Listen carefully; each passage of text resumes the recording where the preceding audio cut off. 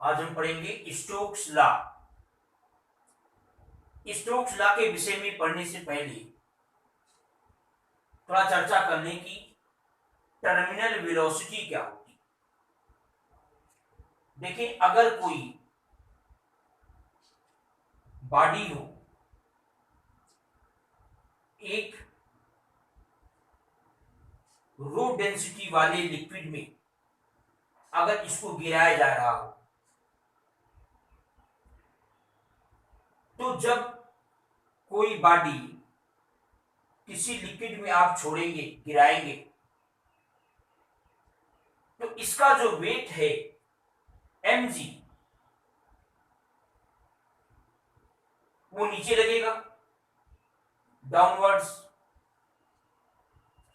इस पर एक अपथ्रस्ट फोर्स लगता है जो डिस्प्लेस्ड किए जाने वाले लिक्विड के वेट के इक्वल होता है। और ये किधर लगता है? अपवर्ड डायरेक्शन में। तो इसका वेट नीचे लग रहा है और जो अपथ्रस्ट फोर्स है वो ऊपर लग रहा है। मतलब जो नीचे की ओर रिजल्टेंट फोर्स होगा वो होगा mg माइनस अपथ्रस्ट फोर्स।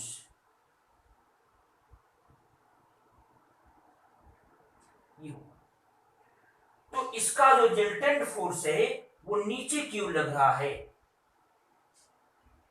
तो जब नीचे की ओर एक रिजल्टेंट फोर्स होगा तो resultant force is equal to होता है ma, m इंटू ए, यानी मास इंटू एक्सेलरेशन।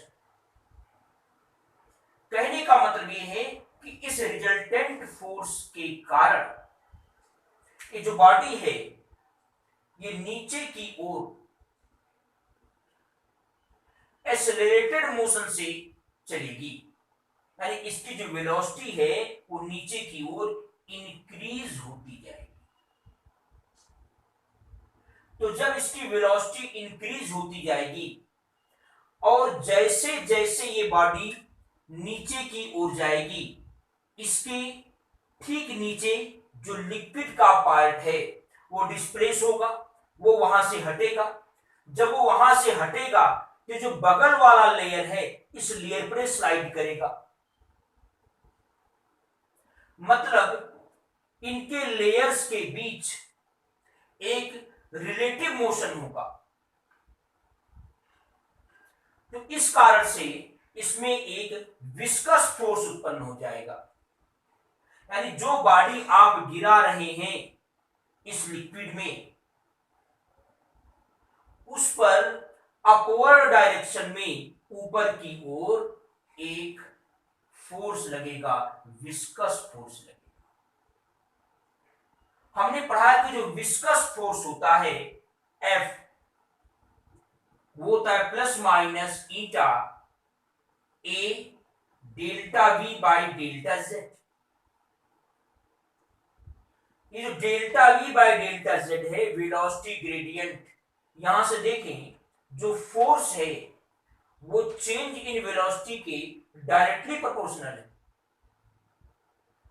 तो इस कारण से जैसे जैसे ये बॉडी नीचे जाएगी, जब बॉडी नीचे जाएगी और ये एक्सेलरेटेड मोशन से नीचे जाएगी, यानी इसकी वेलोसिटी नीचे की ओर इंक्रीज होती जाएगी। वेलोसिटी के इंक्रीज होने के कारण यानी डेल्टा वी के बढ़ने के कारण इस पर जो फोर्स लगेगा बॉडी पर, जो विस्कस फोर्स लगेगा ऊपर की ओर, उस विस्कस फोर्स की जो वैल्यू है वो क्रम से बढ़ती जाएगी, वो भी इंक्रीज होती जाएगी। तो विस्कस फोर्स जो ऊपर की ओर लग रहा है उसकी वैल्यू बढ़ती जाएगी, लेकिन जो नीचे की ओर रिजल्टेंट फोर्स लग रहा था mg माइनस अपथ्रस्ट फोर्स, इसमें ना तो ये चेंज होगा और ना तो ये चेंज होगा, ये दोनों कांस्टेंट है। लेकिन ऊपर की ओर जो विस्कस फोर्स लग रहा है उसकी वैल्यू बढ़ती जा रही है। तो जब ऊपर की ओर जो विस्कस फोर्स लग रहा है इसकी वैल्यू जब बढ़ते बढ़ते नीचे की ओर जो रिजल्टेंट फोर्स लग रहा था जब इसके इक्वल हो जाता है तब ये जो बॉडी है वो एक कांस्टेंट वेलोसिटी से नीचे की ओर जाती है। उसी कांस्टेंट वेलोसिटी को हम क्या कहते हैं? टर्मिनल वेलोसिटी कहते हैं। यानी टर्मिनल वेलोसिटी तब होता है जब नीचे की ओर लगने वाला रिजल्टेंट फोर्स का मतलब वेट माइनस अपथ्रस्ट फोर्स, ये ऊपर की ओर लगने वाले विस्कस फोर्स के इक्वल हो जाता है। तब ये जो बॉडी है वो नीचे की ओर एक कांस्टेंट वेलोसिटी से चलती है। इसी कांस्टेंट वेलोसिटी को हम क्या कहते हैं? Terminal velocity. तो स्टोक ने ये बताया कि अगर कोई लिक्विड है जिसकी डेंसिटी मान ले रो है, इसमें स्मॉल आर रेडियस की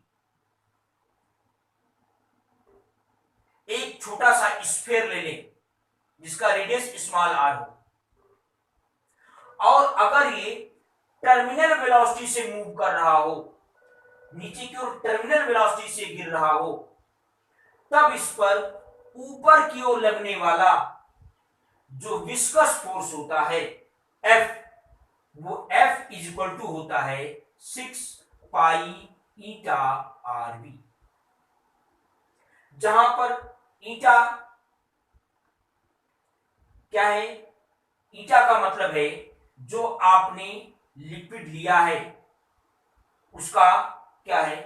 कोफिशिएंट ऑफ विस्कोसिटी। और ये जो आर है ये इसकी रेडियस है, और वी क्या है? इसकी यूनिफॉर्म वेलोसिटी है जिस वेलोसिटी से नीचे की ओर गिर रहा है। ये जो विस्कस फोर्स है इसके लिए हमें फार्मूला डिराइव करना है। इतना आता है विस्कस फोर्स। एक बार दोबारा सुनिए कि अगर कोई स्मॉल आर रेडियस की बहुत छोटा सा कोई स्फीयर है, वो किसी ऐसे लिक्विड में गिराया जा रहा हो जिसका डेंसिटी रो है और उसकी जो कोफिशिएंट ऑफ विस्कोसिटी है वो ईटा है, और इसमें अगर वो टर्मिनल वेलोसिटी से नीचे की ओर गिर रहा है टर्मिनल वेलोसिटी से, तो उस पर ऊपर की ओर लगने वाला जो विस्कस फोर्स होता है वो विस्कस फोर्स होता है 6 पाई ईटा आर वी। इसके लिए हमें फार्मूला निकालना है। तो देखें, जो विस्कस फोर्स होता है वो ईटा का मतलब जिस लिक्विड में गिरा रहे हैं उसकी कोफिशिएंट ऑफ विस्कोसिटी उसके प्रोपोर्शनल होता है। जो आपने ये स्मॉल स्फीयर लिया हुआ है इसकी रेडियस के प्रोपोर्शनल होता है, और जिस यूनिफॉर्म वेलोसिटी से नीचे की ओर ये गिर रहा है जिसको हम टर्मिनल वेलोसिटी कहते हैं उसके भी डायरेक्टली प्रोपोर्शनल होता है। तो मान लें ये F इसके A पावर, इसके B पावर, इसके C पावर के डायरेक्टली प्रोपोर्शनल है। अब इसको हम हटाएंगे तो एक कांस्टेंट लगाएंगे K। यहां जो आपने K लिया है ये एक डायमेंशनलेस कांस्टेंट है। दोनों साइड का हम डायमेंशन फार्मूला लिख रहे हैं। F का क्या होता है? ml p पर पावर -2, ये डायमेंशनलेस है। ईटा का होता है ml पर -1 p पर -1 a। r का रेडियस का l होगा। v वेलोसिटी है lt पर पावर -1 होगा। देखिए यहां पर m पर पावर a, l पर पावर -a, यहां पर b पावर है प्लस b, यहां पर c पावर है प्लस c। t पर देखें, t पर कितना पावर है? -a, यहां t पर कितना पावर है? -c। यहां पर ml t पर पावर -2।